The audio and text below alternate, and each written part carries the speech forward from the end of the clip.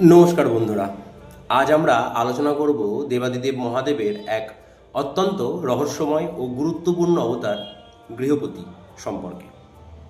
এটি মহাদেবের সপ্তমতম অবতার। গৃহপতি অবতার মূলত ধর্ম, গৃহস্থ জীবন এবং দায়িত্ববোধের প্রতীক। এই অবতারের মহাদেব আমাদের শেখান শুধু তপস্যা বা বৈরাগ্যই নয়, সংসারের মধ্যেও ঈশ্বরকে পাওয়া যায়। পুরাণ অনুযায়ী এক ব্রাহ্মণ পরিবারের গৃহীত গৃহপতি নামে এক পুত্র জন্ম নেন। ছোটবেলা থেকেই তিনি ছিলেন ভক্তি ও জ্ঞানী পরিপূর্ণ, কিন্তু তার জীবনে এক ভয়াবহ ভবিষ্যৎবাণী ছিল। অল্প বয়সেই তার মৃত্যু ঘটবে বজ্রপাতে।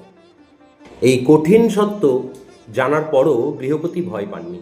তিনি অটল ভক্তি নিয়ে মহাদেবের আরাধনা শুরু করেন।